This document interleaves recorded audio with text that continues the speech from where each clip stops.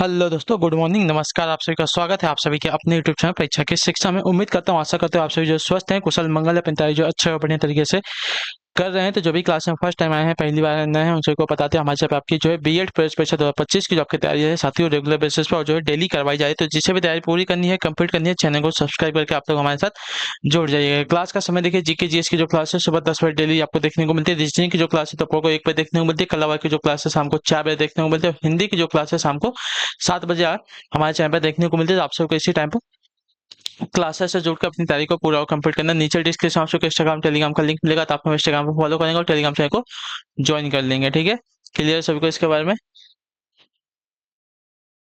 चलिए, Telegram channel पे आपका डेली बेसिस पे क्लास का अपडेट मिलेगा। बाकी जो अपडेट है एग्जाम के रिलेटेड आपको जो है टेलीग्राम चैनल के माध्यम से मिलता रहेगा। तो आपको आप लोगों को जो है टेलीग्राम चैनल को ज्वाइन करके रखना है। तो चलेंगे क्लास स्टार्ट करेंगे। स्टार्ट करने से पहले जिसने अभी तक क्लास को लाइक नहीं किया है वो लोग क्लास को लाइक करेंगे, और जिसने अभी तक अपने क्लास को शेयर नहीं किया अपने दोस्तों के साथ क्लास को शेयर करेंगे, और जिसने अभी तक चैनल को सब्सक्राइब नहीं किया वो लोग जो है चैनल को सब्सक्राइब करेंगे। ठीक है, क्लियर सभी को इसके बारे में। चलिए,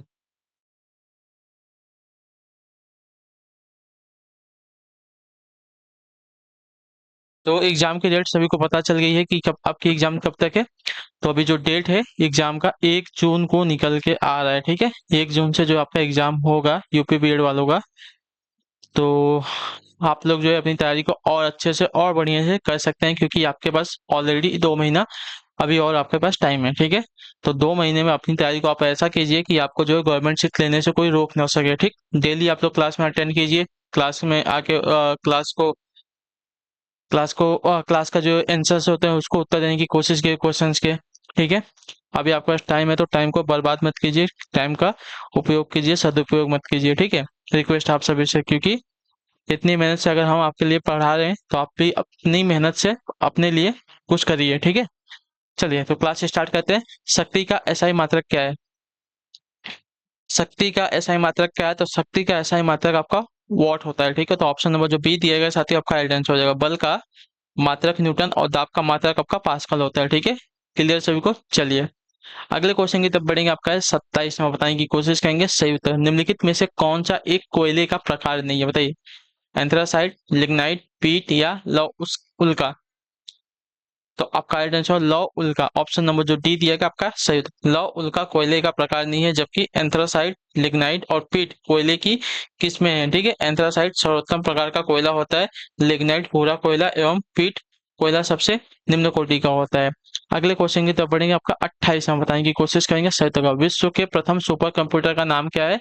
तो विश्व के प्रथम सुपर कंप्यूटर का नाम आपका CDC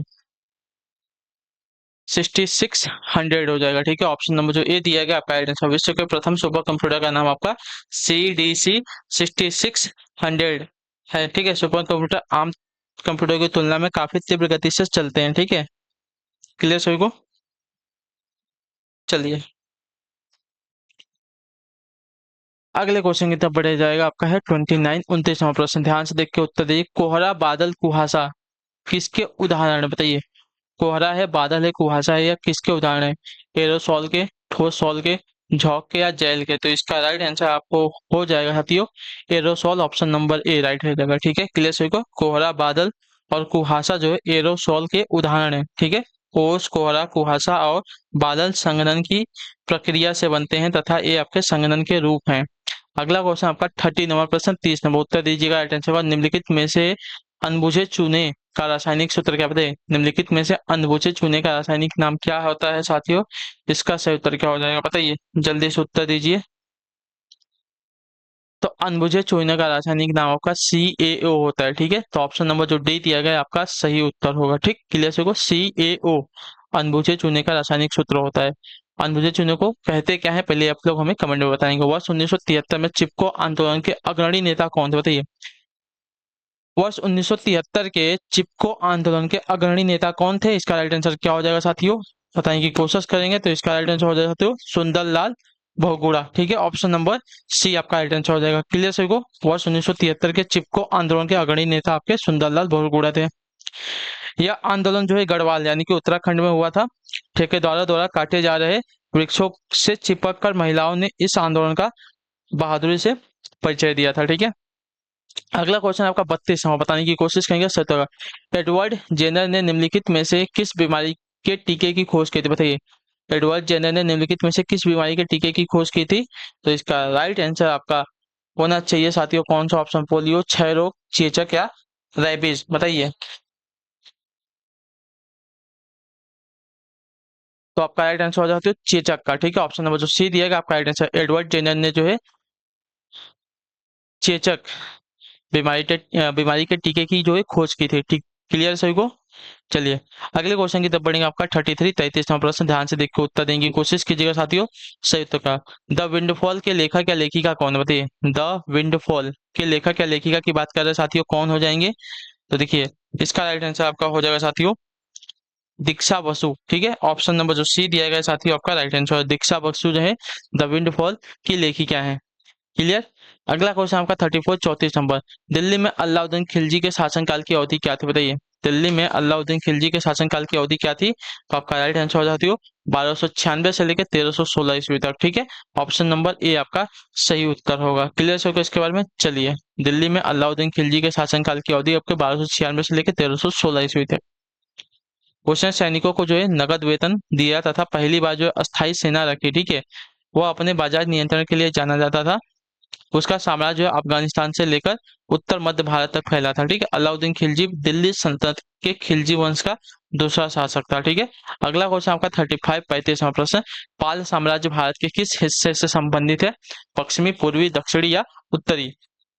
तो इसका राइट आंसर हो जाती है पूर्वी हिस्से से। ऑप्शन नंबर जो बी दिया गया आपका सही उत्तर। पाल साम्राज्य जो है भारत के पूर्वी हिस्से यानी कि बंगाल से संबंधित था, अर्थात इसका विस्तार जो है पूर्वी भारत में था। इस साम्राज्य की स्थापना गोपाल ने 750 ईस्वी में की थी।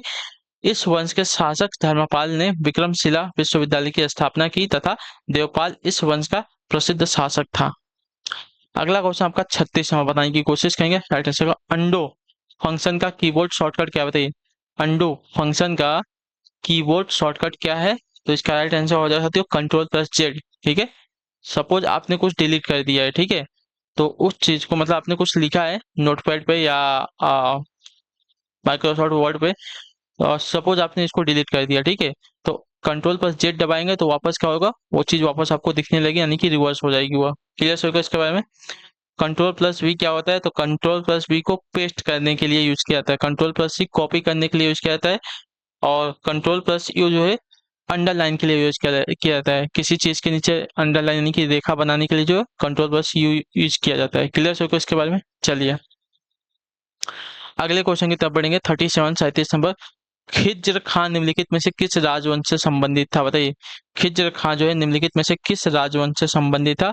तो इसका राइट आंसर हो जाएगा सैयद वंश। ऑप्शन नंबर जो सी दिया गया आपका राइट आंसर। खिज्र खान सैयद वंश से संबंधित था, वह इस वंश का संस्थापक था। इसने जो है मंगोल आक्रमणकारी तैमूर को सहयोग प्रदान किया था तथा इस सहयोग के बदले में तैमूर ने इसे लाहौर, मुल्तान और दीपालपुर की सूबेदारी प्रदान की थी। ठीक है, 1414 ईस्वी में दिल्ली पर आक्रमण किया तथा दौलत खां लोधी खां को हराकर स्वयं सुल्तान बन बैठा। ठीक है, क्लियर सभी को इसके बाद? तो खिज्र खां जो है सैयद वंश का क्या था? सैयद वंश से संबंधित था। क्लियर हो गया इसके बारे में? अगला क्वेश्चन आपका है 38 नंबर। एक दिवसीय क्रिकेट विश्व कप 2023 का मेजबान देश कौन सा था? बताइए, 2023 की बात कर रहा है, तो इसका राइट आंसर आपका हो जाएगा साथियों 2023 का मेजबान देश आपका भारत था। ठीक है, ऑप्शन नंबर जो ये दिया गया आपका राइट आंसर। अगला क्वेश्चन आपका है 39 नंबर। निम्नलिखित में से कौन सा उच्चतम पर्वत शिखर गैर एशियाई है, मतलब एशिया का नहीं है? ठीक है, एशिया का तो सभी को पता है माउंट एवरेस्ट है, ठीक है, लेकिन जो एशिया के बाहर है उसकी बात कर रहा है सबसे ऊंचा कौन सा है? तो एशिया के बाहर सबसे ऊंचा पर्वत अगर देखा जाएगा साथियों तो आपका एक कांगुआ पर्वत हो जाएगा। ठीक है, ऑप्शन नंबर जो डी दिया गया आपका राइट आंसर। एक कांगुआ पर्वत जो है गैर एशियाई पर्वत है, अर्थात एशिया के बाहर विश्व का सबसे ऊंचा पर्वत शिखर है। यह दक्षिण अमेरिका की एंडीज पर्वतमाला का सबसे ऊंचा पर्वत है तथा अर्जेंटीना में स्थित है। ठीक है, चलिए देखिए अगर क्लासेस आपको पसंद आती है, अपनी तैयारी को आप लोग पूरा करना चाहते हैं, तो क्लासेस को आप लोग देखिए लाइक करते हुए चलिए और चैनल के साथ हमारे जुड़े रहिए, चैनल को सब्सक्राइब कर लीजिएगा, क्योंकि चैनल के माध्यम से आपकी तैयारी को जो है कंप्लीट बेसिस पे करवाई जाएगी। ठीक है, क्लियर है सभी को इसके बारे में? तो इसलिए आप लोग चैनल को सब्सक्राइब करके हमारे साथ जुड़े रहिएगा। ठीक है, और अपनी तैयारी को आप लोग कंटिन्यू कीजिए। अगर आपको टाइम मिला है तो टाइम का उपयोग कीजिए, सदुपयोग मत कीजिए। आपके पास पूरे के पूरे 2 महीने हैं, 2 महीने में ऐसी तैयारी कीजिए कि आपको जो है गवर्नमेंट सीट लेने से कोई भी ना रोक सके। ठीक है, क्लियर सभी को इसके बारे में? निम्नलिखित में से कौन सा कंप्यूटर का डेटाबेस सॉफ्टवेयर नहीं है, बताइए। निम्नलिखित में से कौन सा कंप्यूटर का डेटाबेस सॉफ्टवेयर नहीं है? तो इसका राइट आंसर आपका हो जाएगा साथियों MS वर्ड। ऑप्शन नंबर जो डी दिएगा आपका राइट आंसर हो जाएगा। ठीक है, MS वर्ड कंप्यूटर का डेटाबेस सॉफ्टवेयर नहीं है, जबकि MS वर्ड आपका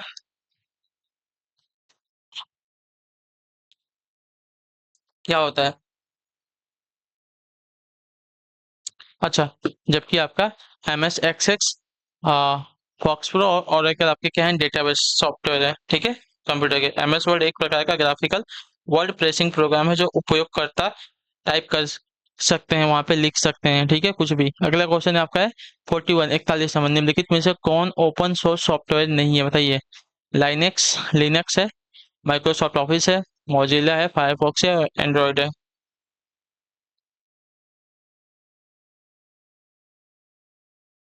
माइक्रोसॉफ्ट ऑफिस आपका क्या है, ओपन सोर्स सॉफ्टवेयर नहीं है, तो ऑप्शन नंबर जो बी दिया गया आपका राइट आंसर हो जाएगा। ठीक, क्लियर होगा इसके बारे में?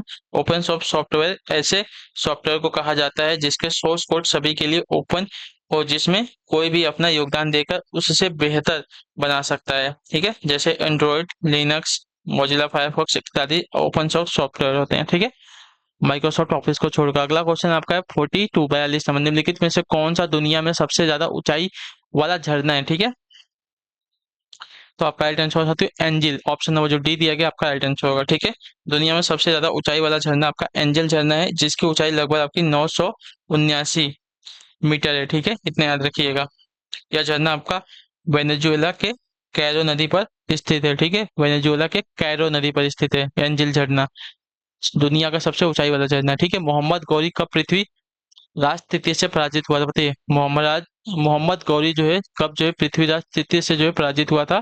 तो इसका राइट आंसर हो जाएगा साथियों 1991 में। ठीक है, ऑप्शन नंबर जो बी दिया गया आपका राइट आंसर। मोहम्मद गौरी 1991 ईस्वी में पृथ्वीराज चौहान तृतीय से पराजित हुआ था। ठीक है, 1991 ईस्वी में तराइन की पहली लड़ाई हुई थी। इसमें जो है मुस्लिम शासक शमसुद्दीन मोहम्मद गौरी हार गया था, उसे दया के संकेत के रूप में जो है मुक्त कर दिया गया। परंतु तराइन के दूसरे युद्ध 1192 में, ठीक है, 1192 ईस्वी में पृथ्वीराज तृतीय जो है मोहम्मद गौरी से पराजित हो गया और भारत में तुर्की राज्य की स्थापना हुई थी। ठीक है, चलिए 44वां प्रश्न, बौद्धों के लिए उत्तर प्रदेश में स्थित सारनाथ क्यों महत्वपूर्ण है, बताइए। बौद्धों के लिए जो है उत्तर प्रदेश में स्थित सारनाथ क्यों महत्वपूर्ण है? तो गौतम बुद्ध ने ज्ञान प्राप्ति के बाद उत्तर प्रदेश के सारनाथ में जो है 5 सन्यासी ब्राह्मणों को अपना प्रथम उपदेश दिया था, इतने याद रखिएगा। ठीक है, क्लियर सभी को? तो ऑप्शन नंबर डी आपका राइट आंसर हो जाएगा। क्लियर सभी को इसके बारे में? इसलिए यह स्थान जो है महत्वपूर्ण है। बौद्ध के प्रथम उपदेश को जो है बौद्ध ग्रंथों में धर्म चक्र प्रवर्तन के नाम से जाना जाता है। बुद्ध ने सर्वाधिक उपदेश कौशल देश की राजधानी श्रावस्ती में दिए थे। ठीक है, ये बात भी याद रखिए। अगला क्वेश्चन आपका 45 नंबर दिया गया है, प्रसिद्ध संगीतकार उस्ताद बिस्मिल्लाह खां किस संगीत वाद्य यंत्र से संबंधित है? इसका राइट आंसर क्या हो जाएगा? तो इसका राइट आंसर हो जाएगा साथियों शहनाई। ठीक है, ऑप्शन नंबर जो डी दिया गया आपका सही उत्तर होगा। प्रसिद्ध संगीतकार उस्ताद बिस्मिल्लाह खां जो है संगीत वाद्य यंत्र शहनाई से संबंधित है। उन्हें वर्ष 2001 में भारत के सर्वोच्च नागरिक सम्मान भारत रत्न से सम्मानित किया गया था, ये बात भी याद रखिएगा। अगला क्वेश्चन 46 नंबर क्या देगा, हिंदी नाटक अंधेर नगरी के रचयिता कौन है? तो हिंदी नाटक अंधेर नगरी के रचयिता की अगर बात की जाएगी तो आपका राइट आंसर हो जाएगा भारतेंदु हरिश्चंद्र। ठीक है, ऑप्शन नंबर बी आपका सही उत्तर हो जाएगा। ठीक है, मुंशी प्रेमचंद ने गोदान, कर्मभूमि, गबन, रंगभूमि, भारतेंदु हरिश्चंद्र ने अंधेर नगरी, भारत दुर्दशा, धर्मवीर, भारती ने जो गुनाहों का देवता, सूरज का सातवां घोड़ा, अंधा युग तथा विशाखा दत्त ने जो है मुद्रा राक्षस नामक पुस्तकें जो है प्रसिद्ध हैं, इनकी रचनाएं की हैं सभी ने। अगले क्वेश्चन की तब बढ़ेंगे आपका 47 नंबर, बताइएगा राइट आंसर होगा किसने जो है घोषणा की है कि उसने कैंसर विरोधी दवाओं सहित भारतीय दवाओं पर टैरिफ को कम करने पर भारत के साथ समझौता किया है? तो इसका राइट आंसर हो जाएगा साथियों चीन ने घोषणा की थी, ठीक है। ऑप्शन नंबर जो डी दिया गया आपका राइट आंसर हो जाएगा। वर्ष 2018 में चीन ने यह घोषणा की थी कि उसने कैंसर विरोधी दवाओं सहित भारतीय दवाओं पर टैरिफ यानी कि आयात शुल्क को कम करने पर भारत के साथ समझौता किया है। अगला क्वेश्चन आपका है 48 में, बताइए गाइड आंसर। कवयित्री महादेवी वर्मा का जो जन्म है किस शहर में हुआ था, बताइए। कवयित्री महादेवी वर्मा का जो जन्म है किस शहर में हुआ था, तो इसका राइट आंसर आपका हो जाएगा साथियों फर्रुखाबाद में। ऑप्शन नंबर जो डी दिया गया आपका राइट आंसर हो जाएगा। कवयित्री महादेवी वर्मा का जो जन्म है 26 मार्च 1907 ईस्वी में फर्रुखाबाद उत्तर प्रदेश में हुआ था। इन्हें जो है आधुनिक मीरा कहा जाता है, ठीक है।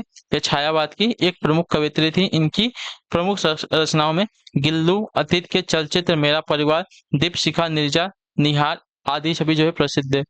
अगला आपका 49 नंबर, ध्यान से देखो उत्तर देंगे। इनमें से कौन सा विकल्प सही ढंग से मेल नहीं खाता है, हमें ये बताना है, ठीक है। चलिए, तो 1933 ईस्वी में इब्न बतूता भारत पहुंचा था, सही बात है। 1506 ईस्वी में गुरु नानक का जन्म गलत दिया गया, ठीक है।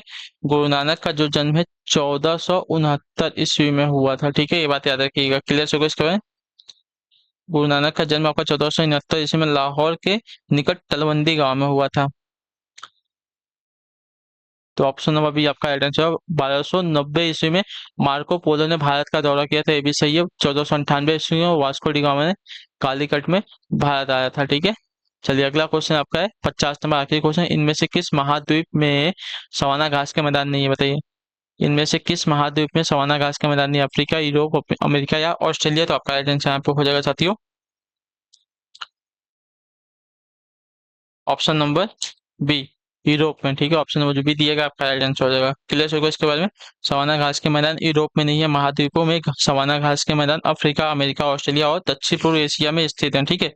सवाना घास के मैदान में बिखरे हुए पेड़ों के साथ शुष्क घास के मैदान भी पाए जाते हैं। क्लियर सभी को। चलिए, तो इसी के साथ जो आपकी क्लास है आज की यहीं पे पूरी हो गई, कंप्लीट हो गई। आई होप कि आपको क्लास जो साथियों अच्छी लगी है, पसंद आई है, तो क्लास को आप लोग लाइक कर दीजिएगा। चैनल पे पहली बार है तो चैनल को सब्सक्राइब करके हमारे साथ जुड़ जाइएगा। और अपनी तैयारी को पूरा करना चाहते हैं तो इतना काम कर लीजिएगा। आपके पास पूरे के पूरे 2 महीने का टाइम है, तो आप लोग टाइम को जो है बर्बाद मत कीजिएगा, ठीक है। रिक्वेस्ट आप सभी से, क्योंकि एक बार जो टाइम चला जाता है दोबारा नहीं आता है। क्लियर सभी को। चलिए, तो अपना जो फीडबैक है क्लास का नीचे कमेंट में देके जाइएगा, आपको क्लास कैसी लगी है। तो हम आपसे मिलते हैं आपकी अगली क्लास में। तब तक के लिए टाटा बाय बाय, जय हिंद, जय भारत। आपसे क्लास से जुड़ने के लिए बहुत बहुत ही धन्यवाद साथियों।